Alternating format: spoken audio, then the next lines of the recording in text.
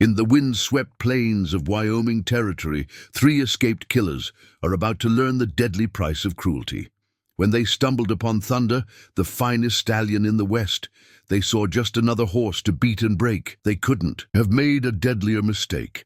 That magnificent horse belongs to Samuel Lightning Cross, the man they call the Devil's Own Gunslinger. For 15 years, he's been the fastest draw anyone's ever seen. A man who can pull iron and put 3 bullets through a silver dollar before it hits the ground. They say he once outshot 7 men in the time it takes to blink. Now retired too. His ranch, he's tried to leave that violent life behind. But when these escaped murderers took their fury out on an innocent animal, they didn't just wound a horse, they woke a legend. What follows is the story of how 3 brutal men learned too late that some legends are better left to rest, and some horses are worth dying for. Before we jump back in, tell us where you're tuning in from, and if this story touches you, make sure you're subscribed, because tomorrow I've saved something extra special for you. The saloon in Rivers Bend fell silent when Samuel Cross walked in, just as it had for the past 5 years.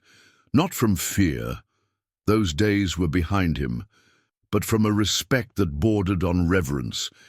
At 53, he carried himself with the quiet dignity of a man who'd seen enough violence for 3 lifetimes and chose peace instead. "Evening, Samuel," old Tom Baker called from behind the bar, already reaching for the coffee pot. Cross never touched whiskey anymore, not since hanging up his guns. He settled at his usual corner table, back to the wall, eyes automatically scanning exits, habits that died harder than men. The afternoon sun caught the silver in his hair, but his movements remained fluid, purposeful, like a coiled spring waiting to unwind. "Tell it again, Mr. Baker," young Jimmy Wilson pleaded from his spot near the bar. About the time Lightning Cross faced down the Mackenzie gang, Cross sipped his coffee, hiding a frown behind the cup. He didn't enjoy these stories, but he'd learned it was better to let them talk. The tales kept wilder men away, and that meant peace for his ranch and horses. Tom Baker wiped down the bar, his voice dropping to that familiar storytelling tone. It was 68, middle of July. Mackenzie and his boys, 7 of the meanest killers west of the Mississippi. They'd been terrorizing every town from here to Denver. They rode into Copper Creek thinking it'd be easy pickings, not knowing Lightning Cross was passing through. The saloon grew quieter, even those who'd heard the tale 100 times leaning in. Cross noticed Marshal Wade by the door, nodding slightly. They both knew these stories served a purpose. Mackenzie called him out, right there on Main Street, broad daylight. Cross told him to take his men and leave, said he didn't want trouble. Baker's voice grew tense with remembered excitement. Mackenzie wouldn't have it, gave the signal for all 7 to draw. Jimmy's eyes were wide. "What happened then, Mr. Baker? What happened?" The old bartender shook his head in wonder. Before Mackenzie's hand even touched his iron, Cross had drawn, fired, and disarmed all 7 men. Shot the guns right out of their hands. Nobody even saw him move. Just 7 shots, faster than lightning, hence the name. Cross remembered it differently, remembered the fear in Mackenzie's eyes, the way his hand trembled on his gun, remembered choosing not to kill them, though the law would have. Justified it. That's what really earned him his reputation, not just his speed, but his mercy when it was warranted. "That true, Mr. Cross?" Jimmy asked, unable to contain himself. "You really that fast?" Samuel set down his coffee cup carefully. "Was," he corrected gently. "That was a long time ago, son. These days I prefer working with horses to wearing iron." But they all noticed he didn't deny the story. Marshal Wade stepped away from the door, approaching Cross's table. "Those were different times," he said, taking a seat. "Territory needed men like you then, Samuel. Now we've got law, order. Don't see many gunfighters anymore."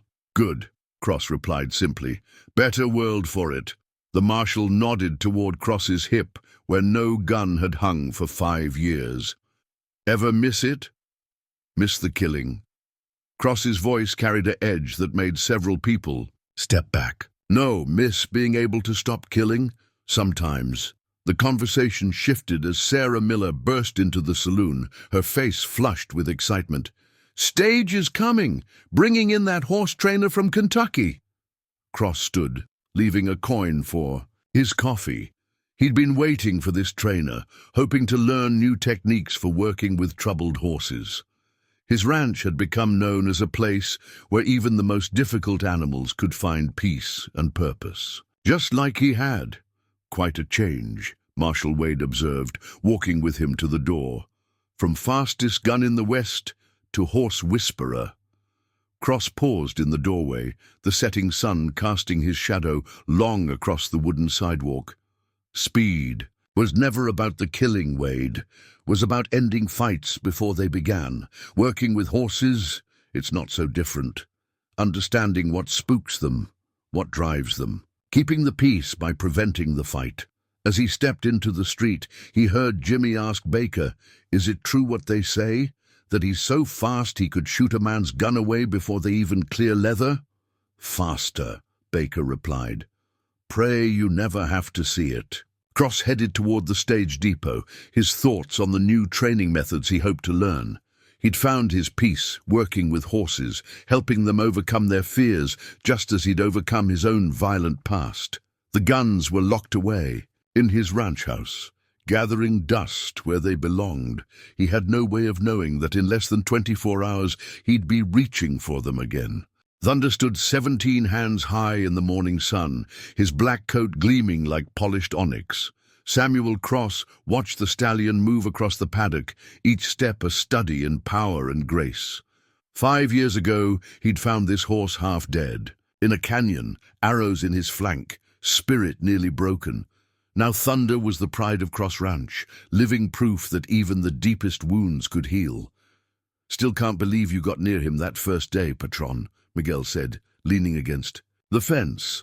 The young Mexican had been with the ranch for 3 years, earning Cross's trust with his gentle way with horses. Most wild ones, they fight or flee. Thunder, he was different. He wanted to kill. Cross remembered that day clearly. The horse had been magnificent, even in his fury, charging at anyone who approached despite his injuries. Local ranchers wanted to put him down, called him too dangerous to save. But Cross had seen something in those fierce eyes, not just anger, but intelligence, pain, but also pride. "Wasn't so different from me back then," Cross said quietly, watching Thunder trot. The fence line. "Sometimes a body gets so used to fighting, they forget how to do anything else." Miguel nodded, understanding. Everyone knew Cross's story, or parts of it. The gunslinger who'd grown tired of killing, who'd traded his lightning-fast draw for a life of healing troubled horses. Some said he was seeking redemption. Others claimed he was hiding from his past. Truth was simpler. He'd found peace in these animals, and that was worth more than any reputation. Thunder approached the fence, nickering softly. Cross reached out, stroking the strong neck where scars still showed beneath the coat. "Took 3 days just to get this close," he recalled. "Sat in that canyon reading my Bible, talking soft, never tried to touch him, just let him know I wasn't leaving." "Like you did with that wild mare last spring," Miguel observed. "Patience, you always." "Say, let them choose to trust," Cross smiled. "Horse like Thunder, they've seen the worst in men.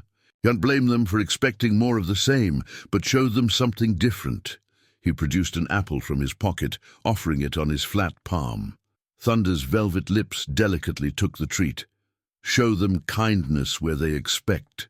Cruelty, patience where they expect demands. That's when the real healing starts." The morning routine began, Miguel leading other horses out to pasture while Cross checked Thunder's legs.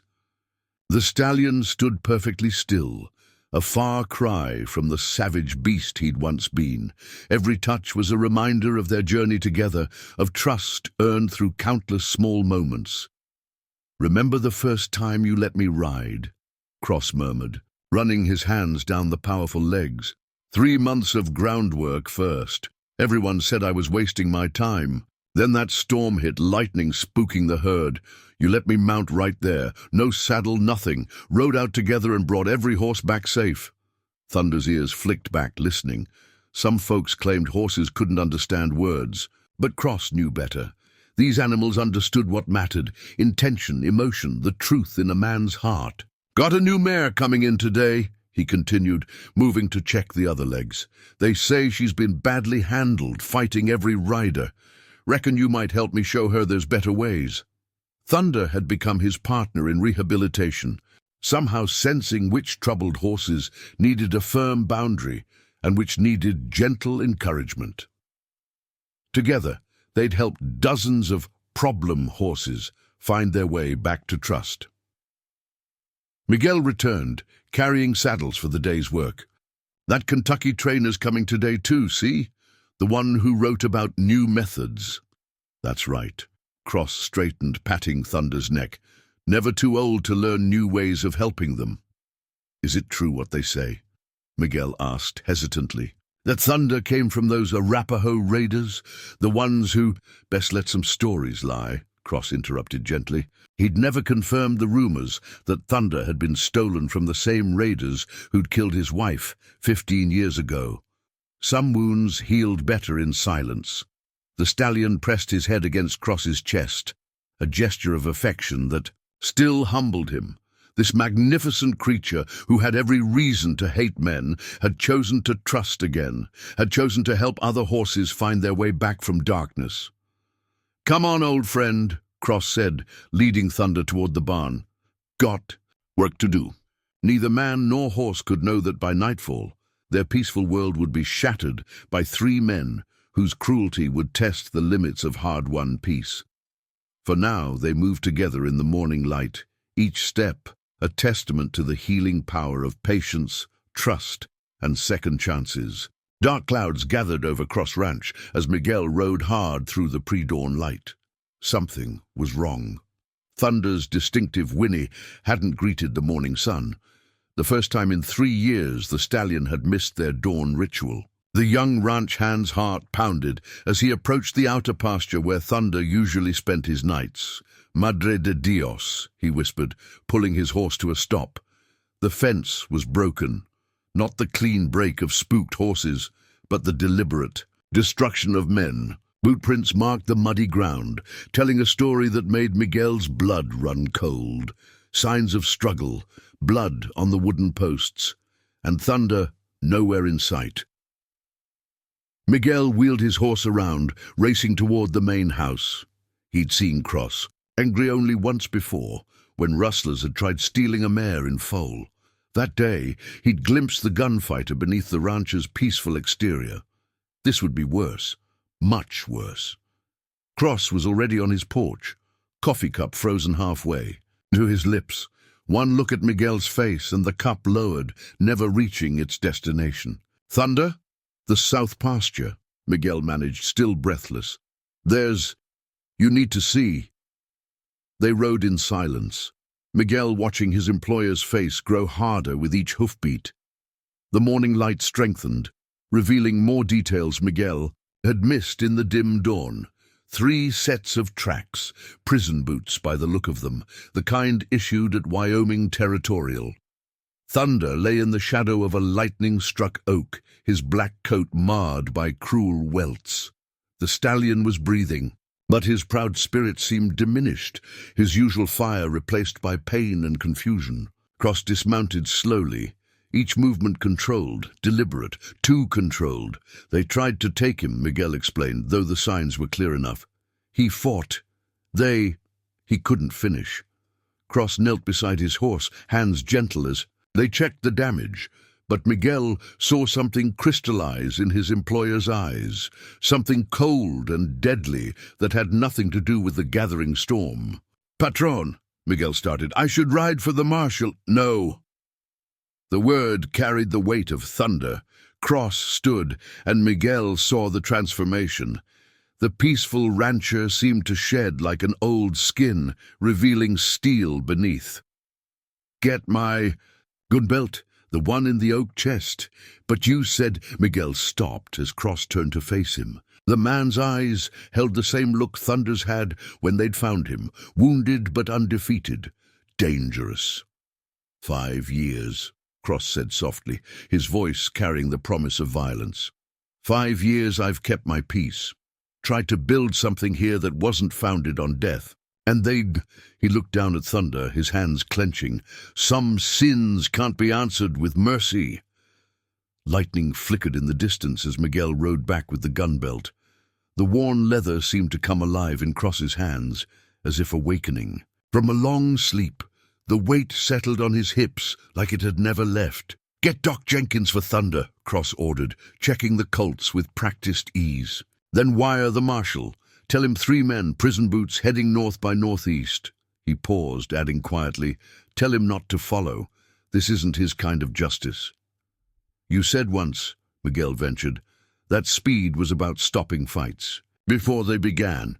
"That was before."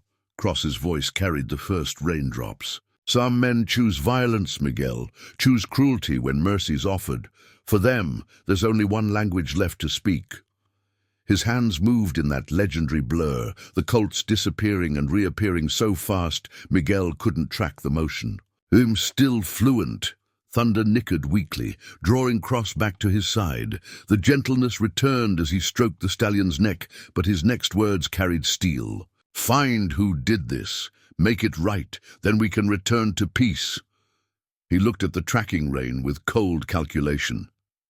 "If there's any left to return to." Miguel rode for town as the storm broke, glancing back once. Cross stood in the downpour, his silhouette transformed by the gun on his hip. Lightning split the sky, and for a moment Miguel understood why they'd named him for it. Some things were forces of nature, some men too. The peaceful rancher was gone. Lightning Cross was riding. Again. And somewhere in the territory, 3 men who'd chosen cruelty over kindness were about to learn why his legend had endured. The rain had stopped by noon, leaving behind a world washed clean, except for the stories written in mud and blood. Samuel Cross knelt beside a broken sagebrush, reading sign that most men would miss. 3 sets of tracks, still fresh despite the rain. One man favored his right leg, probably an old injury. Another had paused here to roll a cigarette, the distinctive twist of a Bull Durham pouch caught in the brush. Prison tobacco.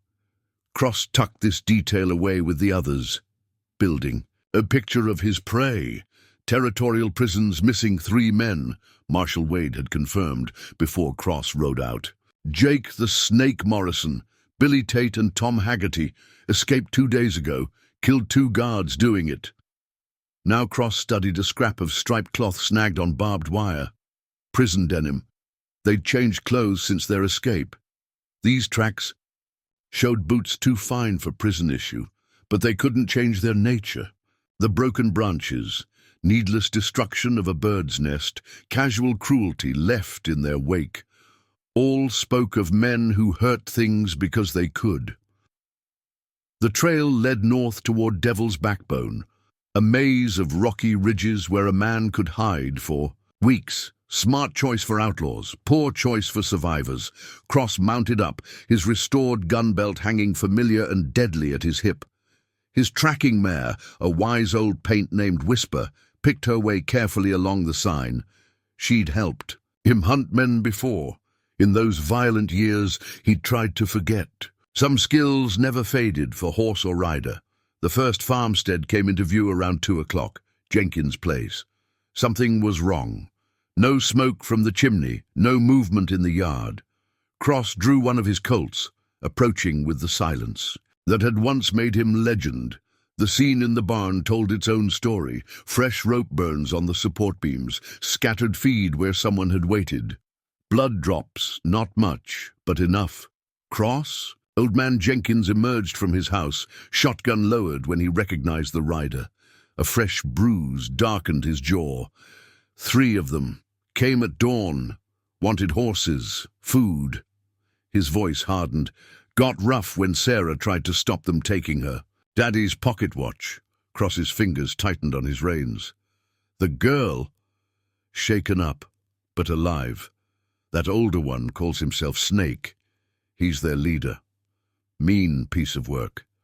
Enjoyed hurting folks even when we gave them what they wanted. Which way? Jenkins pointed north. Said they were heading for Montana Territory. Claimed they had friends waiting. He paused. Didn't know they were the ones hurt your thunder. Reckon they've got a hard lesson coming. Cross nodded once, turning. Whisper north. Jenkins called after him. They're killers, Cross, all of them. Don't show mercy like you did with the Mackenzie gang. Mercy. Cross's voice carried the chill of mountain snow. Mercy was yesterday. The trail grew fresher as afternoon shadows lengthened. They'd stopped to rest horses here, building a small fire to cook stolen food. Cross read the signs like a newspaper.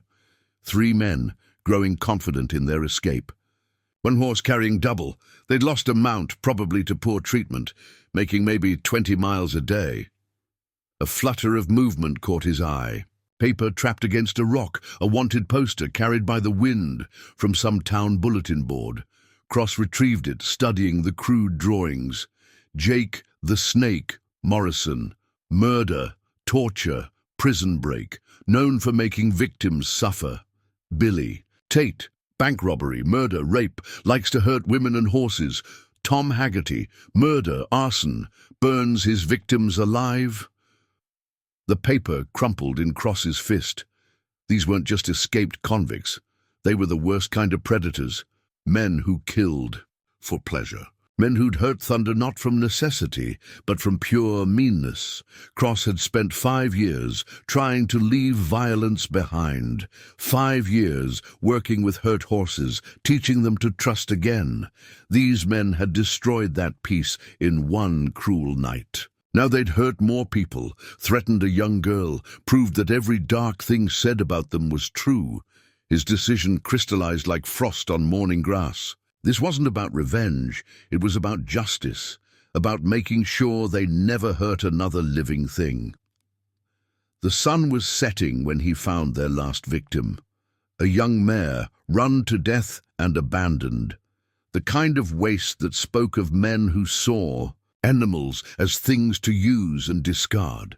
Cross knelt beside her, gentle hands closing her eyes one final time. I know where they're going, he said softly to Whisper. Devil's Backbone has only one pass that'll handle horses. They'll camp at Broken Arrow Creek tonight. Water's too precious to pass up. His fingers brushed the butts of his Colts. Once, he'd been famous for his speed, for the ability to end fights before they properly began.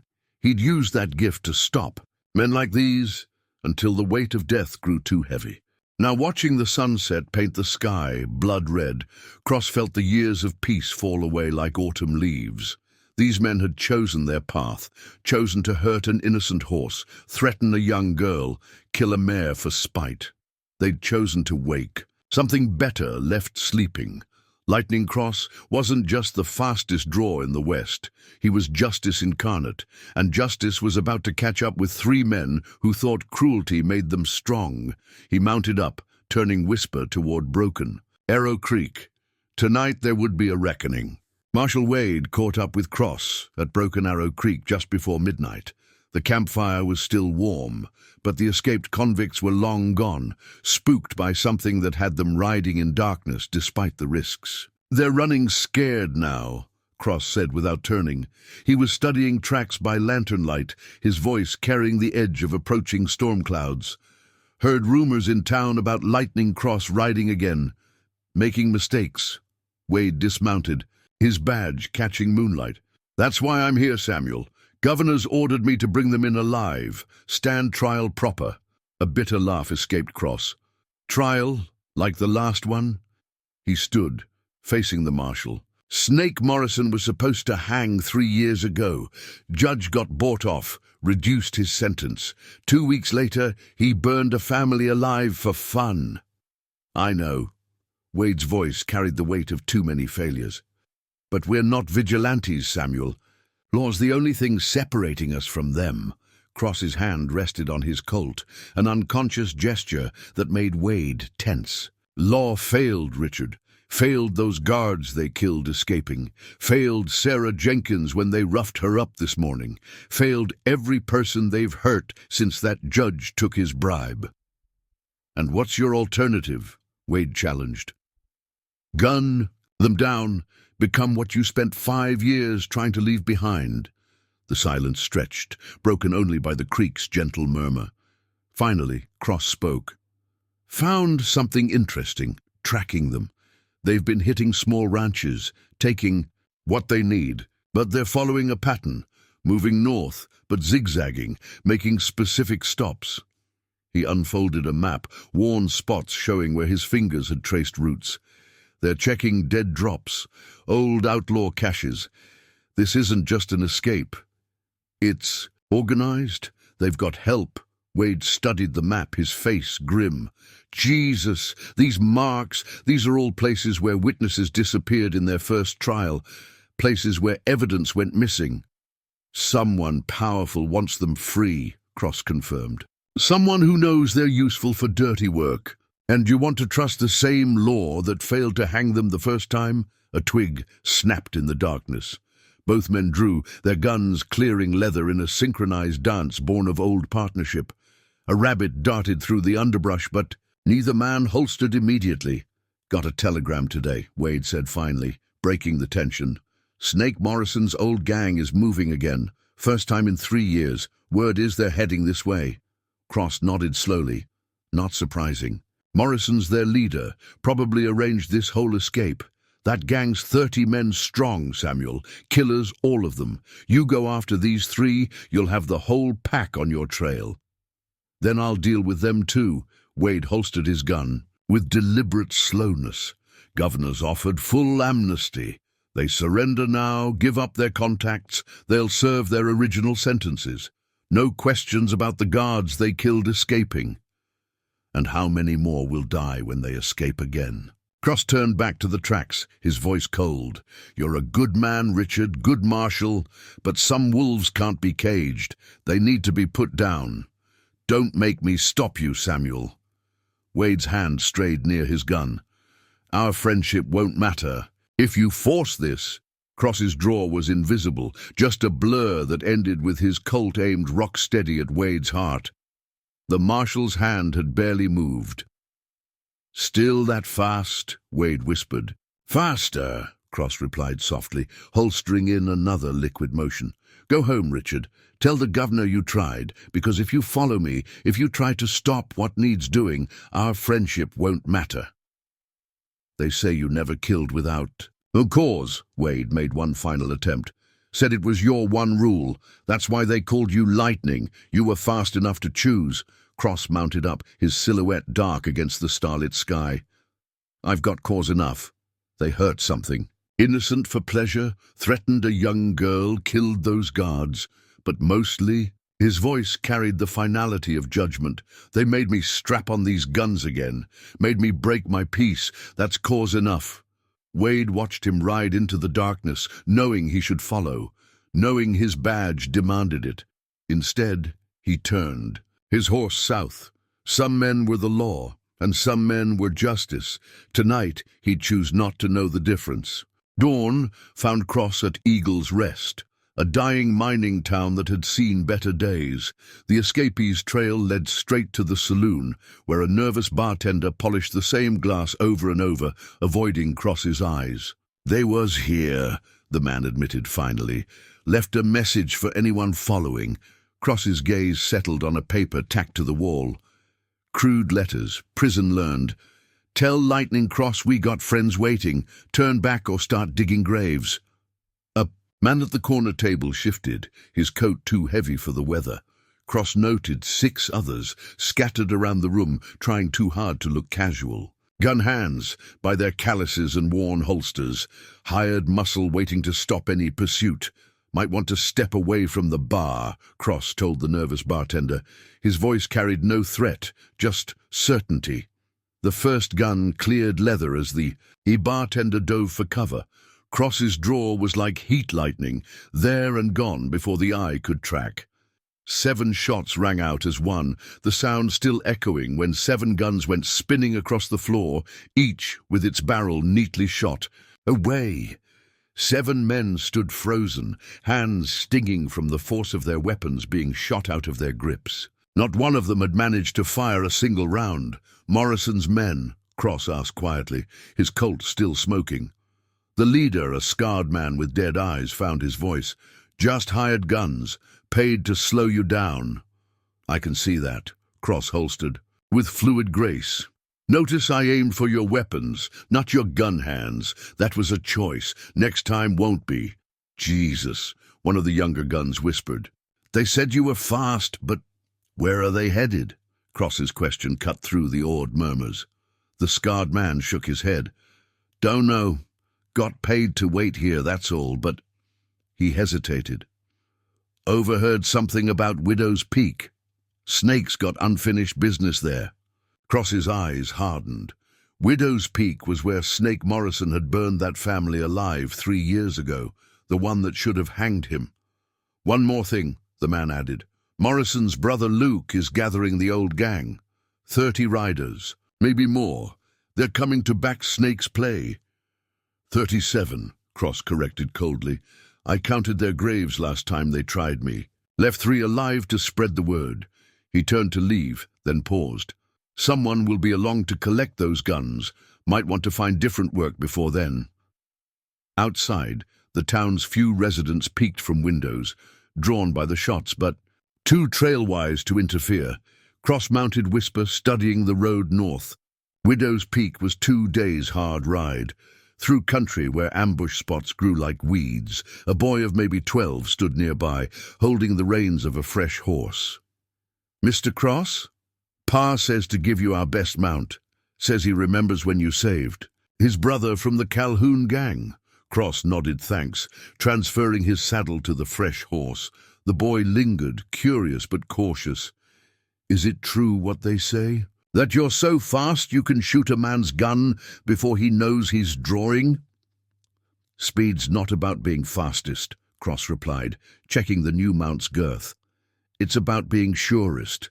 About making the choice before the other man knows there's choosing to be done.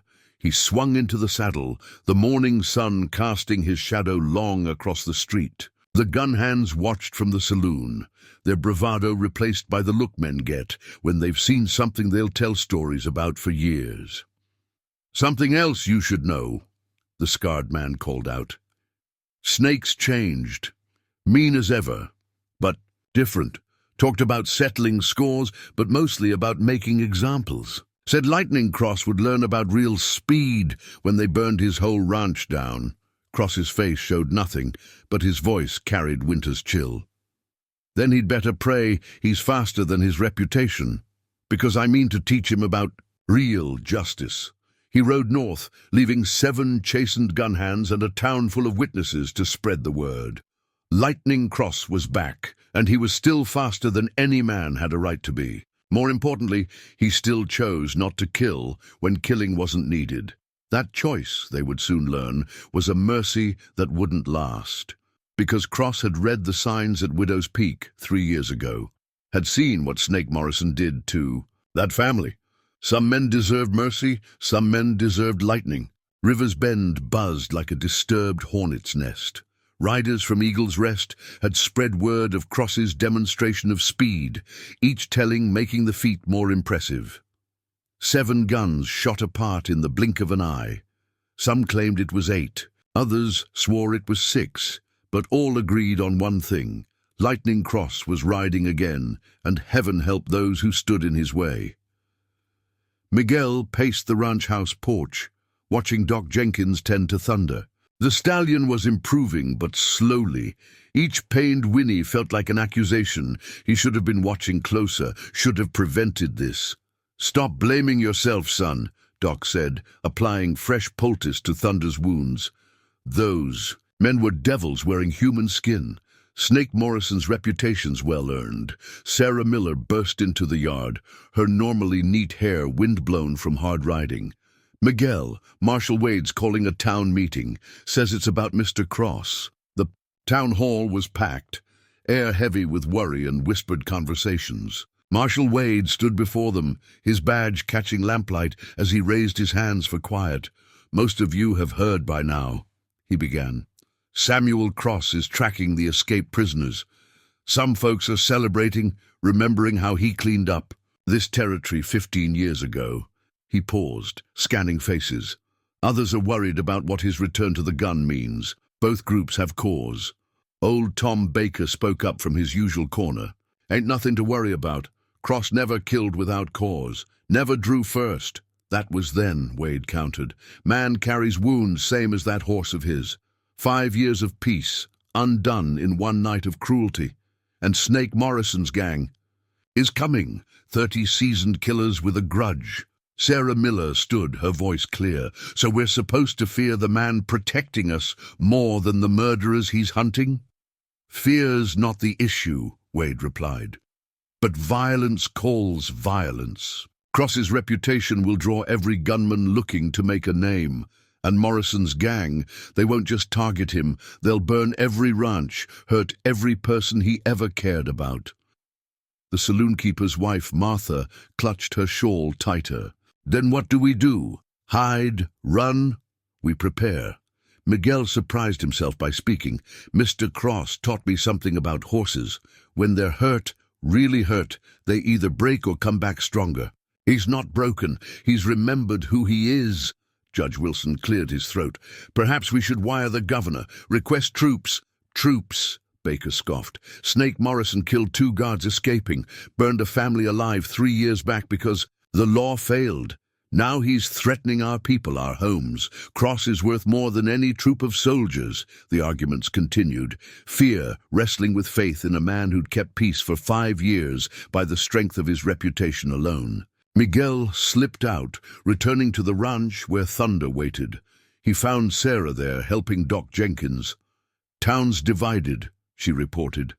"Half scared of what's coming, half scared of losing Cross's protection when it does." "Mr. Cross chose this land for his peace," Miguel said quietly. "Built something good here, but he was Lightning Cross before he was a rancher. Some men, that's not just a name, it's what they are." A rider appeared at the gate. Luke, the blacksmith's boy, his horse lathered from hard running. "Miguel!" Rider from up north says Snake Morrison's gang burned Copper Creek. Everyone's dead. The news hit like a physical blow. Copper Creek was just like River's Bend, small, peaceful, trusting, the kind of place that never expected such violence. "There's more," Luke added, his young voice shaking. "They left a message," said Rivers. "Bend is next. Said they're going to make an example so no one ever helps Lightning Cross again." Sarah's hand found Miguel's arm. "How long?" 2 days, maybe 3. They're moving fast." Thunder nickered softly, pressing his head against Miguel's shoulder. The stallion's eyes held no fear, only a quiet strength that reminded him forcefully of his employer. "Send riders," Miguel decided. "Warn the outlying farms. Get everyone into town." He looked at the horizon where storm clouds gathered. "Mr. Cross taught me something else about horses. The truly strong ones, they don't fight for themselves. They fight to protect their herd." Doc Jenkins packed his medicines, his movements deliberate. 30 killers against 1 man, no matter how fast. "No," Sarah interrupted. "Against all of us. This is his home, our home.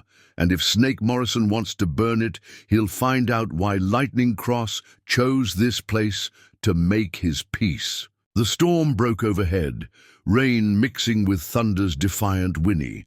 Somewhere out there, Cross rode toward Widow's Peak, unaware of the destruction following in his wake.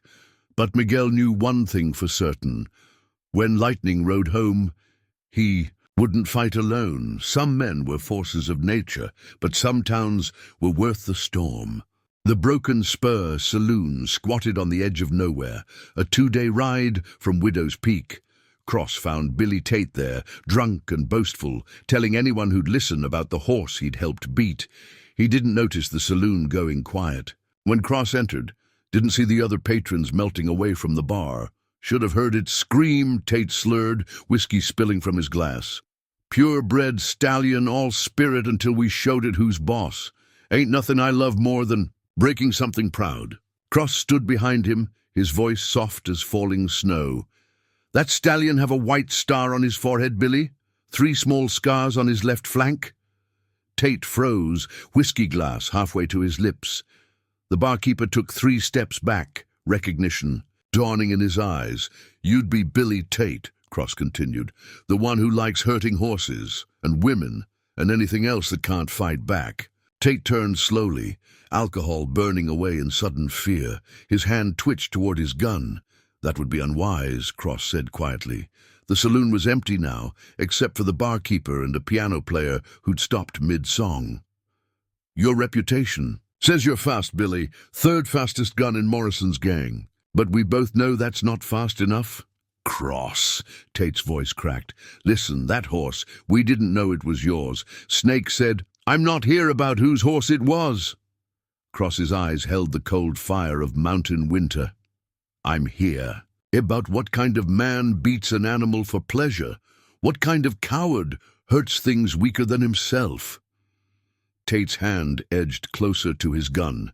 Sweat beaded on his forehead despite the cool air. You've gone soft, Cross. 5 years playing with horses instead of wearing iron. Maybe you ain't as fast as... Cross's draw was invisible. One moment his hands were empty, the next his Colt pressed against Tate's forehead. The escaped convict hadn't even touched his weapon. That's 1, Cross said softly. Want to try for 2?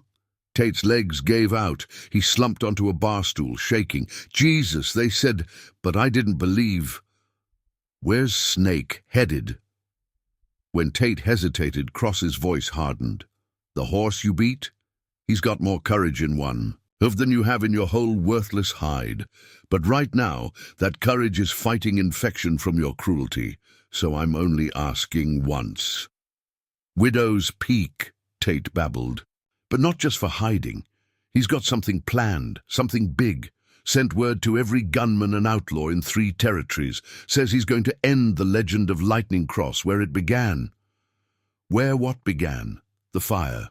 The Bradley family. Snake says you was there after. Says you saw what he did to them, and you've been carrying that weight ever since. Tate's eyes held desperate cunning. Says that's why you quit the gun. Not because you wanted peace, because you was afraid of becoming like him. Cross's finger tightened imperceptibly on the trigger. For a heartbeat the saloon held its breath. Then he stepped back, holstering with liquid grace. Stand up, Tate blinked. You're letting me go? No. Cross's voice was winter wind through dead branches. I'm giving you the chance you didn't give Thunder.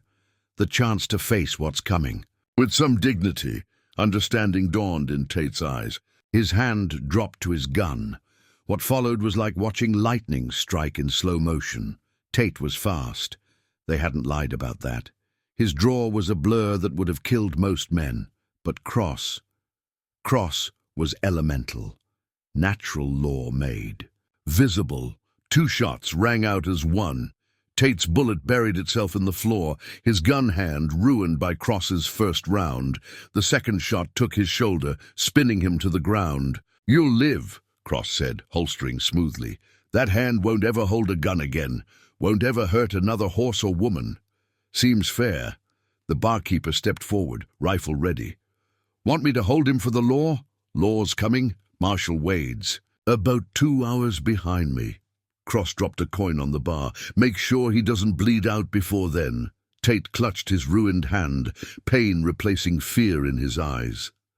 Snake's going to burn everything you love, Cross. He's got 30 men riding. And they're all killers. You can't stop them all. Cross paused at the door, his silhouette dark against the setting sun. 37 men rode against me once before, Billy. I buried 34 of them. The 3 I let live carried a message. Some legends are best left sleeping. His voice carried the certainty of judgment. Snake's about to learn why. Outside, thunder rolled across distant mountains. Cross mounted up, turning north toward Widow's Peak.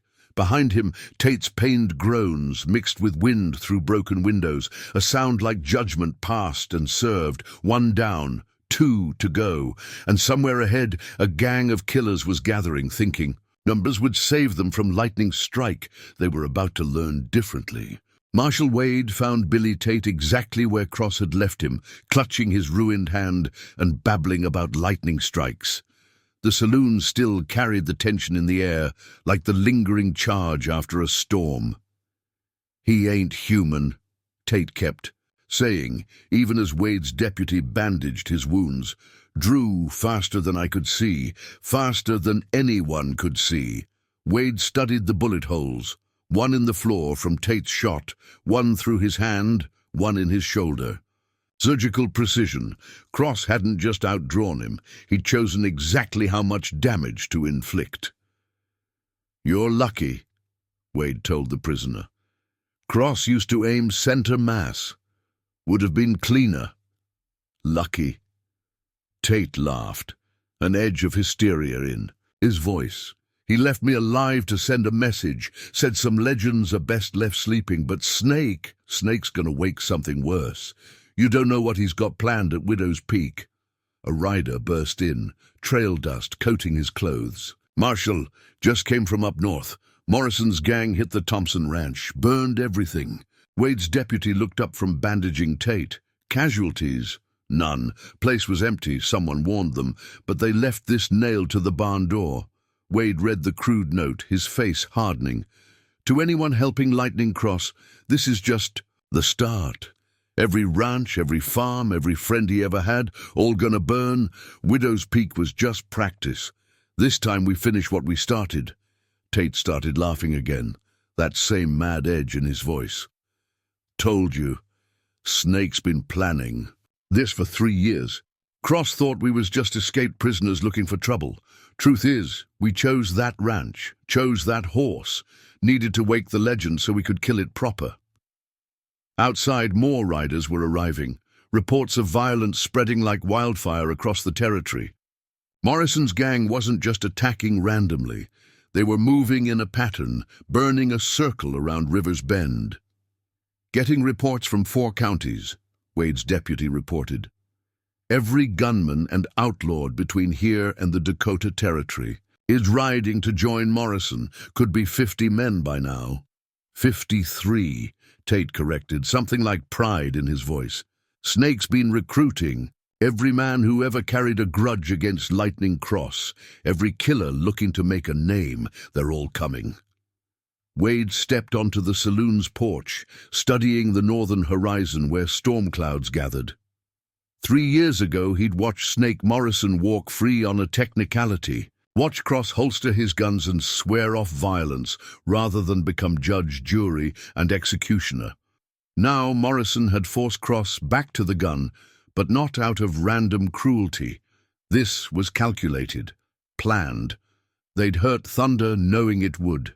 Draw Cross out, knowing his legend would attract every ambitious gunman in the territory. A telegram arrived from River's Bend. Wade read it twice, his hands tightening on the paper. "Thunder took a turn for the worse," he told his deputy. "Infections setting in. Doc Jenkins says next 24 hours are critical." Tate's laughter followed them into the street. "See? Everything's going just like Snake planned. Cross is gonna ride hard for Widow's Peak, thinking he's hunting us, but we've been hunting him all along, setting the trap, and when he gets there..." Wade left his deputy to shut the prisoner up. More riders were arriving, reports of violence, of gathering storm clouds, of legends waking on both sides. He found Cross's trail heading north, straight toward Widow's Peak, straight toward what was starting to look like the biggest gathering of killers the territory had ever seen. But something else was happening, something Morrison hadn't counted on. In every town, every settlement, word was spreading. Lightning Cross was riding again. The fastest drawer in the West had strapped on his guns one last time, and people remembered when he'd cleaned out the Culver gang single-handed. When he'd faced down 7 men in Copper Creek and left them all breathing but gunless. When he'd tracked the Carter brothers through 3 territories to bring them to justice. "Got more news, Marshal," a fresh rider reported. Rivers Bend is organizing. Every ranch hand and farmer within 20 miles is gathering in town. They're saying if Morrison wants to burn their homes, he'll have to face more than just Cross. Wade mounted up, decision made. Morrison had spent 3 years planning revenge, gathering an army of killers to destroy one man's legend. But he'd made a crucial mistake. He'd forgotten why that legend began in the first place. Not just because Cross was the fastest draw alive, but because he used that speed to protect people who couldn't protect themselves. "Send word to Rivers Bend," Wade ordered. "Tell them help's coming. Tell them to hold on." Another rider arrived, dust-covered and urgent. "Marshal, just saw Cross about 10 miles north. He's not alone anymore. Riders are joining him, men who remember what he did for this territory, men who've been waiting for lightning to ride again." Wade smiled grimly. Snake Morrison had wanted to wake a legend. Well, he'd succeeded, but legends have a way of growing beyond their maker's control, and this one was about to remind the territory why some men are better left in peace. Cross made camp in a hidden draw, the kind of place a man could rest without being seen by passing riders. As he tended his horse, a familiar voice called from the darkness, "Got word about thunder." Miguel stepped into the firelight, his young face drawn with worry. "Doc Jenkins sent me, said the infection's spreading. He's fighting, but—" Cross's hands stilled on his saddle. "You rode all this way to tell me my horse might die?" "No, Patron. Rode to tell you you're not alone." Miguel settled by the fire. "Rivers Bend is gathering. Every ranch hand, every farmer. Morrison's gang has been burning homes, but our people, they're not running. They're standing together. They should run." Cross's voice carried the weight of coming thunder. "Morrison's not after them. He's after me. That's why you're pushing for Widow's Peak. Because that's where this all started." Cross studied the flames, seeing other fires from 3 years ago. Found the Bradley family there, what was left of them. Morrison had taken his time, made them suffer. Their little girl. His hands clenched. "I could have killed him then, should have. Instead, I trusted the law. And now? Now I'm not sure what I am anymore." Cross drew one of his Colts, the firelight dancing on well-worn steel. 5 years. I tried to find peace, thought working with hurt horses might balance the scales some, but the speed's still there. The killing instinct. One night of violence, and it all comes back like I never left it. Miguel was quiet for a long moment. "When you found Thunder, he was wild, dangerous, but you saw something in him worth saving. This is different. Is it? You taught me every horse has a choice, fight or trust, violence or peace. Maybe men are the same." A rider approached at full gallop, one of Wade's deputies. "Cross! Morrison's gang hit 3 more farms. They're closing a circle around Rivers Bend. But that's not the worst. We found their back trail. They've been dropping supplies, ammunition. This isn't just revenge. They're planning to take the whole territory." Cross absorbed this, pieces falling into place. "Using my reputation to draw every gunman and outlaw to their banner, building an army. 57 riders now," the deputy confirmed. "More coming. They're saying Snake Morrison's going to kill Lightning Cross and take control of everything from here to the Dakota Territory." Miguel's hands strayed to his own gun. "What are you going to do?" Cross stood, his decision made. "What I should have done 3 years ago, but first," he turned to the deputy, "ride to Marshal Wade. Tell him to get every badge within 100 miles to Rivers Bend, not to save the town, to save what comes after. After I kill Snake Morrison and every man who chose to ride with him." Cross's voice was cold as mountain steel. "Territory's going to need law more than ever, need good men to help it heal." "You're talking about facing 57 killers." Miguel protested. "Even you can't—" "Watch me." Cross mounted up, his movement liquid in the darkness. "Miguel, ride back to the ranch. Tell Doc Jenkins to keep Thunder fighting. Tell him—" He paused. "Tell him his patient isn't the only one who has to choose between breaking and coming back stronger." Where are you going? Widow's Peak. Time to remind Snake Morrison why some legends are better left alone. As Miguel and the deputy rode off, in opposite directions, Cross turned north. The weight of his guns was familiar now, like greeting an old friend, or maybe an old enemy.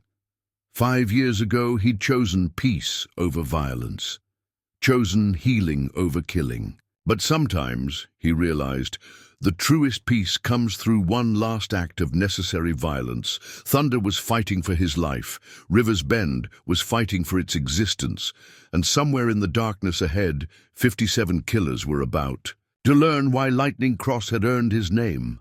Some men choose violence, some men have violence thrust upon them, and some men are violence itself, waiting to be unleashed.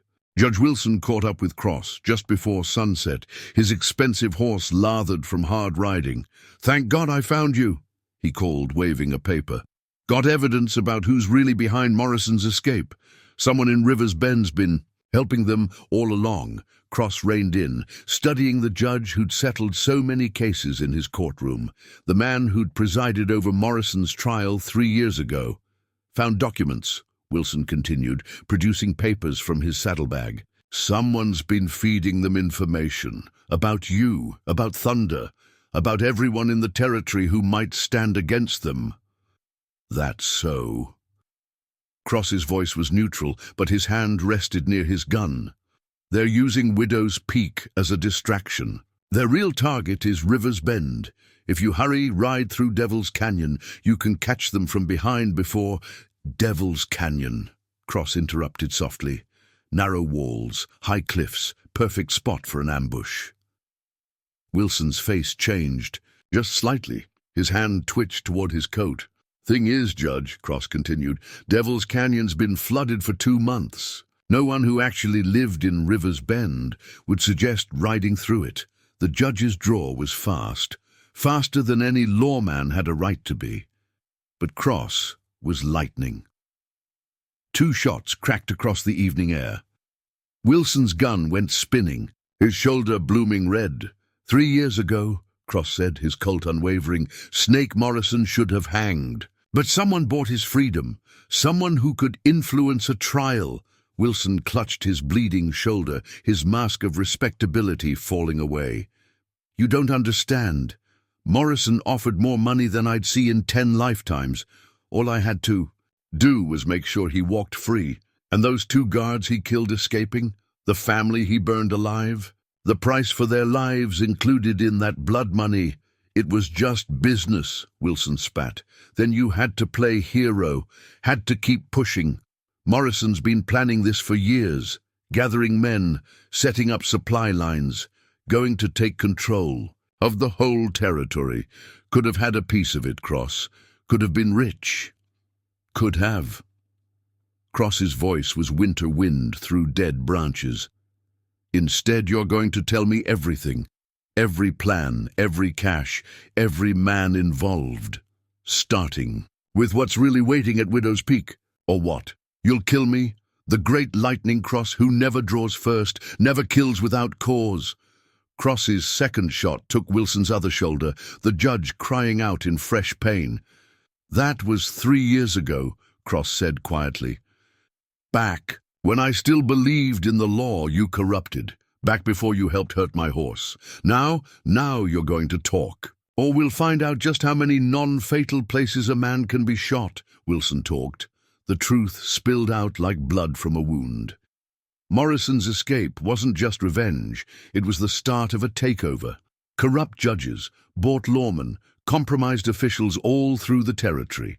They'd been building to this for years. Burning farms wasn't random violence. They were systematically destroying anyone who might resist their control.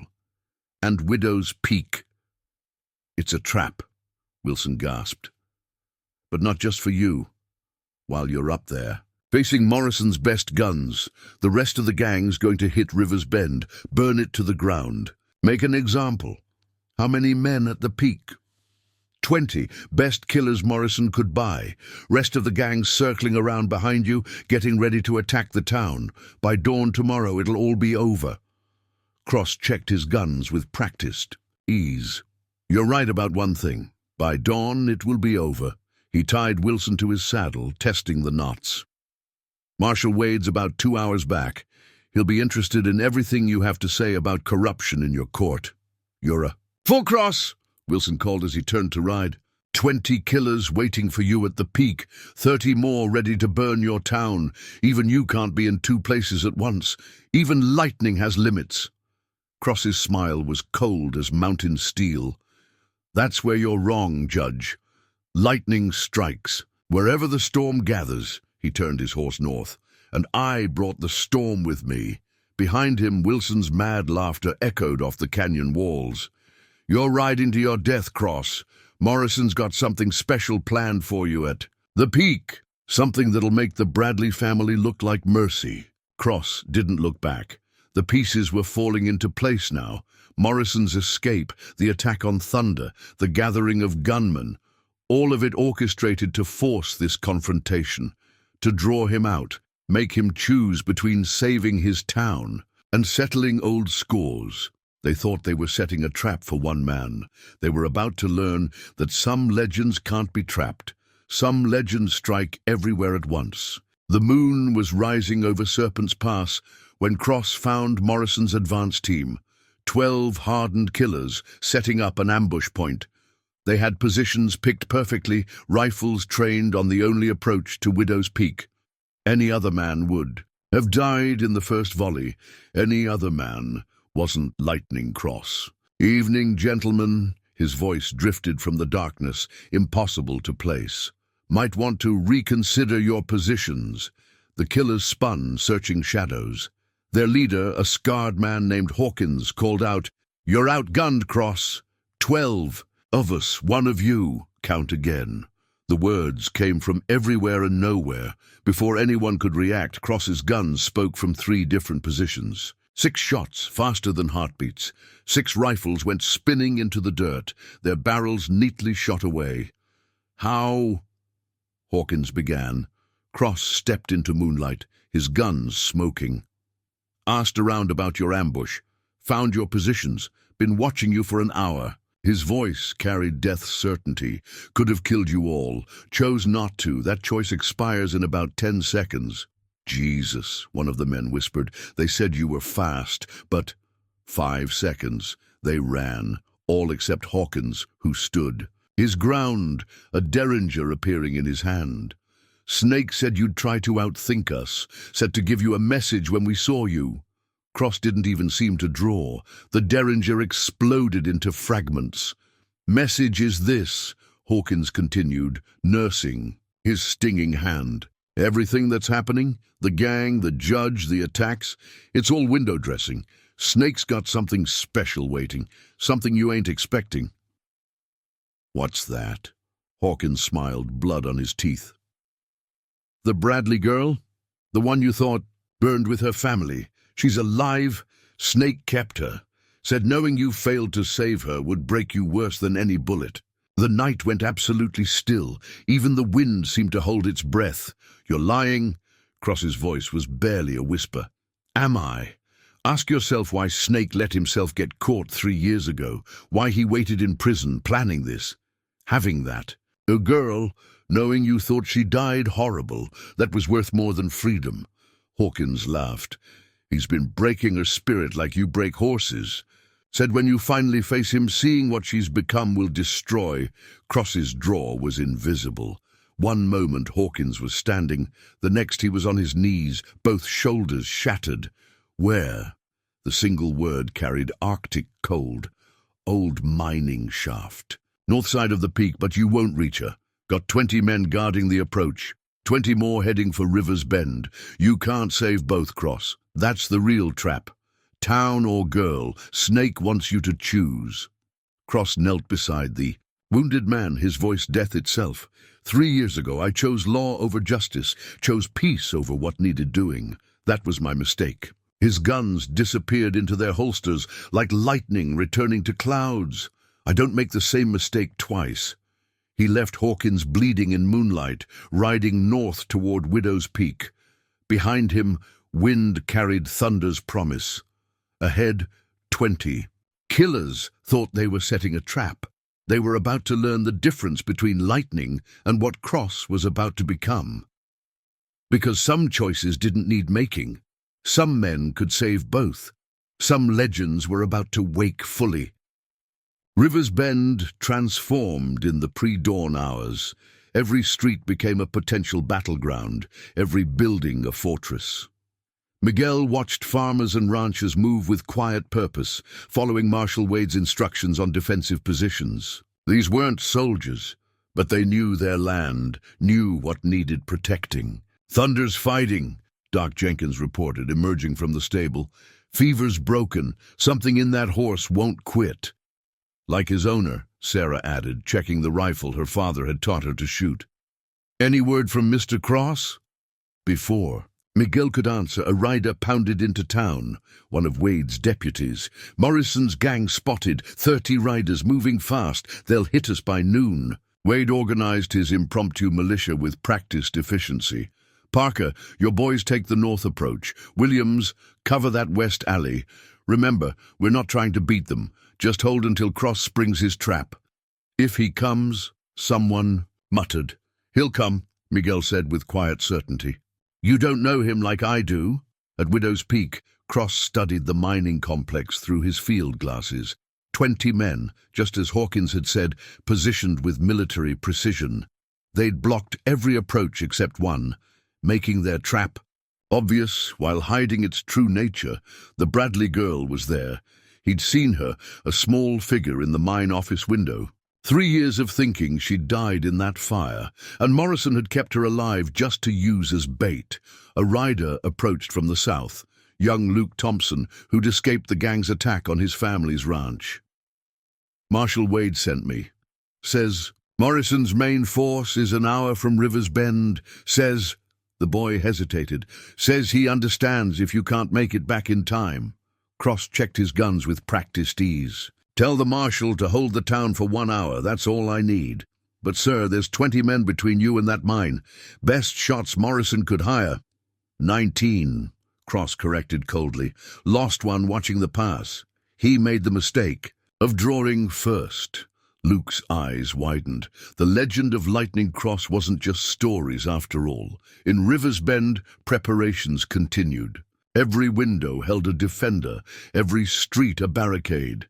Wade positioned his few deputies at key points, their badges catching morning sun. "Riders approaching." The call went up from the church tower. "Single file, walking their horses." 3 men appeared on the main street, their leader carrying a white flag. Wade recognized Jake, the Snake Morrison's second in command, Butch Carter. "Come to offer terms," Carter announced, his voice carrying. "Simple ones. Give us Cross when he returns. We leave your town standing. Fight us. We burn everything. And everyone. Cross isn't here," Wade replied from behind a barricade. "Oh, he will be. See, Snake's got something special planned up at Widow's Peak. Something that'll draw Cross back here like iron to lodestone. When it does—" Carter smiled coldly. "Well, 30 guns against one legend. Even lightning has its limits." Miguel stepped forward, Thunder's reins in his hand. The stallion had insisted on leaving his stall, standing now like a war horse of old. "You're wrong about 2 things," the young rancher said clearly. "First, Cross isn't coming back to save us. He taught us to save ourselves. And the second, lightning has no limits, but storms—" Miguel pointed to gathering clouds. "Storms bring thunder too." As if in answer, thunder reared, his challenging whinny echoing off buildings. Other horses took up the call, 100 mounts carrying 100 defenders who'd ridden in during the night. Farmers, ranchers, townspeople, all ready to fight for their homes. Carter's smile faltered. This wasn't the helpless town they'd expected. 1 hour, Wade called as the riders retreated. "Hold 1 hour, and Lightning Cross will handle the rest." Widow's Peak, Cross moved like a ghost through morning shadows. One by one, Morrison's sentries disappeared, not dead, but disabled with surgical precision. Each man found with guns shot apart and hands zip-tied. Cross's speed transforming from legend to terrifying reality. The Bradley girl watched from her window, years of captivity in her eyes. But something else too, a spark of hope as lightning, gathered for its final strike. In 1 hour, 2 storms would break, and Rivers Bend would learn why some legends are born not from one man's speed, but from a community's courage to stand together. Morrison had wanted to wake a legend. He'd wakened something far more dangerous. He'd wakened thunder itself.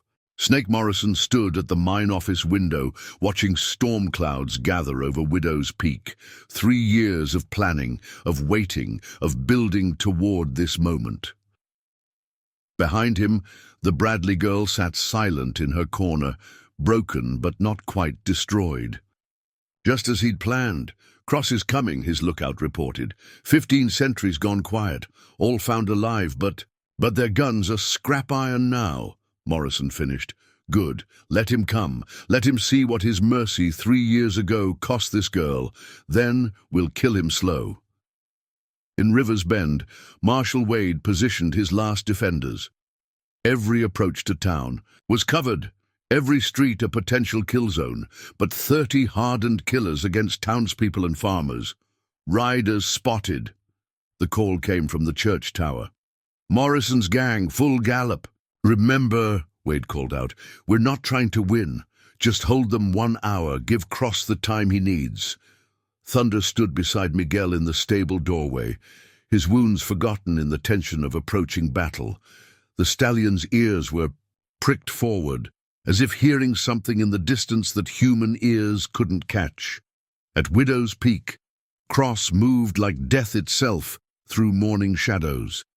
3 years ago, he'd chosen peace over vengeance, chosen to let the law handle Snake Morrison. That choice had cost an innocent girl 3 years of horror, some mistakes you only make once. 4 sentries left, he whispered to himself, checking. His guns, then Morrison, then home to save the town. A shot rang out, one of Morrison's men getting lucky. The bullet cut a groove across Cross's arm, drawing first blood. His response was pure lightning, the guard's gun exploding into fragments before he could fire again. He's here. The cry went up around the mine complex. Lightning Cross is coming. In Rivers Bend, the first shots cracked across morning air.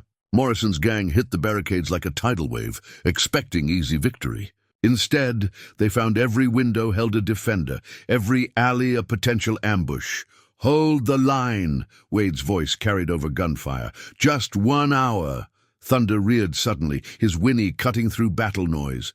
The sound carried something. Primal, a challenge that made horses on both sides dance nervously. Miguel felt it too, something building, like pressure before a storm breaks. At the mine, Morrison grabbed the Bradley girl's arm. Time to greet our guest, child. Time to show him what his mercy cost you. Her eyes held something he didn't notice, something awakening, something that looked like lightning. Cross's voice drifted through morning mist, seeming to come from everywhere, at once. Last chance, Snake. Let her go. Face me alone. Might even let you live this time. Come and get her, Morrison shouted back. Come see what 3 years in my care did to her. Come face what your mercy caused. The morning held its breath. 2 storms about to break, one at Widow's Peak, one in Rivers Bend. A legend faced his greatest test, while a town discovered its own strength. In that moment, before violence erupted, Thunder raised his head again. His whinny echoed off buildings, carrying challenge and defiance. Up at Widow's Peak, the sound seemed to reach through distance, touching something in the Bradley girl's eyes. Some spirits can't be broken, some legends can't be killed, and some storms change everything they touch. Times. Up, Morrison called to his remaining men. Bring him down, bring the legend of Lightning Cross to an end. In Rivers Bend, Wade heard horses approaching from the north, reinforcements for Morrison's gang. Time was running out. But Miguel smiled. recognizing something in Thunder's stance. The stallion wasn't challenging the attackers. He was welcoming something. Something coming. "Remember," he told the defenders. Mr. Cross said hold 1 hour, just 1 hour. At Widow's Peak, Cross's voice drifted one final time through morning mist. "You wanted the legend, Snake? Well, here it comes." Lightning was about to strike. Thunder was about to roll, and 2 storms were about to teach Snake Morrison why some legends are better left sleeping. Lightning struck Widow's Peak as thunder rolled through River's Bend. Cross emerged from the morning mist like a force of nature, his guns speaking a language of judgment. 2 more sentries went down, their weapons shattered before they could even level their rifles. 3 years of peace hadn't slowed his draw. It had refined it, made it pure as mountain air. "Come on out, Snake!" His voice carried over gunfire. "Face me yourself!" Morrison dragged the Bradley girl onto the mine office porch, using her as a shield. "Look what your mercy did, Cross. Look what 3 years with me did to her." But Morrison had made a crucial mistake. He'd spent 3 years breaking her spirit, never realizing some spirits are like lightning. They just gather strength in darkness. The girl moved like Cross had taught her 3 years ago before the fire. Her elbow caught Morrison's throat as she twisted away, giving Cross the clean shot he needed. Lightning struck. Morrison's gun flew apart in his hand, his wrist shattered by Cross's first bullet. The second took his knee, dropping him to the wooden planks, all before he could even tighten his finger on the trigger. "That's for the girl," Cross said softly, advancing. "This is for Thunder." His third shot took Morrison's other knee. In River's Bend, Morrison's gang hit the barricades like a wave hitting stone. They found farmers who knew every inch of ground, townspeople defending their homes, and Marshal Wade's deputies providing. Covering fire from perfect positions. "Push through," Butch Carter ordered. "They're just farmers." Miguel and Thunder stood in the stable doorway, the stallion's wounds forgotten in battle fury. They watched Carter's men try to flank the town's eastern defense. "Now!" Miguel shouted. The stable doors burst open. Every horse in River's Bend, working horses, ranch horses, even old retired cavalry mounts, thundered out in a stampede that caught Morrison's men completely by surprise. Thunder led the charge, his whinny a battle cry that made hardened Giller's blood run cold. At Widow's Peak, Cross faced down Morrison's last 4 men, the best shots money could buy, positioned perfectly for a crossfire. Any other man would have died instantly. Cross was lightning. 4 shots rang as one. 4 guns went spinning. Not one of Morrison's men had managed to fire. "How?" one of them whispered. "Nobody's that fast." "Speed was never about the killing," Cross replied quietly. "It was about choosing, about being fast enough to decide how much force was needed." His guns disappeared into their holsters. "Today, I choose to let you live. Remember that choice." They ran. In River's Bend, the horse stampede scattered Morrison's gang, breaking their formation. Wade's defenders seized the moment, their coordinated fire dropping riders and sending others fleeing in panic. "The town's defending itself," someone shouted. "They ain't helpless farmers, they're an army." Thunder reared in the street, Miguel on his back, the stallion's presence seeming to coordinate the town's defense. Where he charged, defenders rallied. Where he struck, attackers broke. Carter tried to rally his men one last time. "Stand and fight, there's still more of us than—" Wade's shot took him from the saddle with surgical precision. The marshal stood in the street, badge gleaming. "Actually," he said quietly, "there aren't." Up at Widow's Peak, Cross knelt beside the Bradley girl. "I'm sorry," he whispered. "Should have killed him 3 years ago. Should have made sure you were safe." She touched his arm, her first voluntary contact in 3 years. "You taught me once," she said softly, "that speed wasn't about killing. It was about choosing." Her eyes held mountain steel. "I choose to live." Morrison laughed from the porch, blood staining the wooden planks. "Doesn't matter now. My men will have burned River's Bend by now. Everything you love, Cross, everything you tried to protect, all gone to ash, just like Thunder's challenge echoed up from the valley, carried on wind that smelled like rain and gun smoke. "That's not thunder," Cross said quietly. "That's my horse, leading my town in their own defense." He stood, checking his guns one final time. "They don't need me to save them, Snake. They just needed to know they could save themselves." "Kill me then," Morrison spat. "Prove you're the killer I always said you were." Cross's draw was invisible, final, absolute, his gun pressed against Morrison's forehead. 3 years ago, I chose mercy, chose peace. His finger tightened on the trigger. Sometimes peace comes through necessary violence. The shot echoed across. Widow's Peak like judgment itself. But when the echo faded, Morrison still breathed. The bullet had struck the wood beside his head, close enough to part his hair. "That's the difference between us," Cross said softly. "I could kill you, choose not to. You're done, Snake, your gang's broken, your power's gone. Law's coming to take you back to prison." He smiled coldly. "A real prison this time. One where you'll never hurt another living thing." In River's Bend, the last of Morrison's gang surrendered or fled. Thunder stood in the morning sun, Miguel still on his back, both of them bloodied but unbowed. The town had held. Wade approached them, counting casualties. 3 wounded, none dead. Town still standing. He looked north toward Widow's Peak. "Think he made it in time?" Thunder's ears pricked forward. His whinny carried triumph now, not challenge. Coming down the road, barely visible through gunsmoke, rode Lightning Cross. Beside him, on a borrowed horse, sat a young woman whose eyes held both shadows and steel. The legend had struck true. Both. Storms had broken, and River's Bend had learned why some men become legends, while some legends become something more. They become hope itself. The sun broke through storm clouds as Cross rode into River's Bend, the Bradley girl beside him.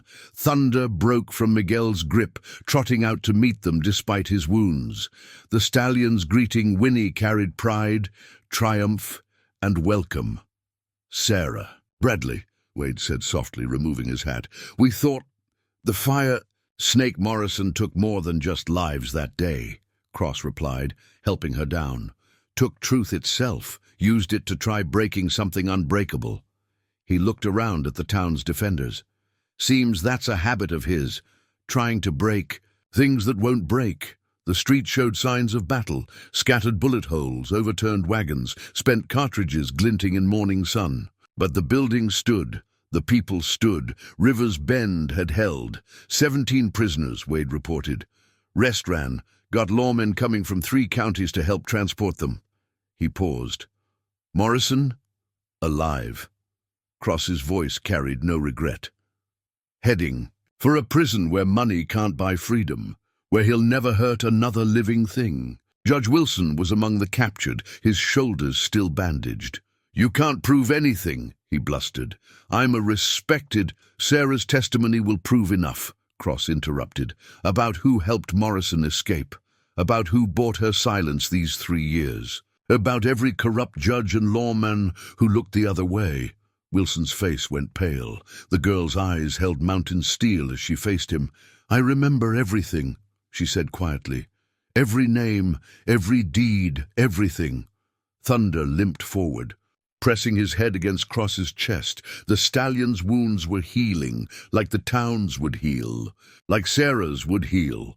Some scars would remain, but scars were just proof of survival. "Found these in Morrison's saddlebags," Wade said, producing a stack of papers. "Letters, bank drafts, names of every man he bought. Going to be some interesting trials coming." "Good." Cross stroked Thunder's neck.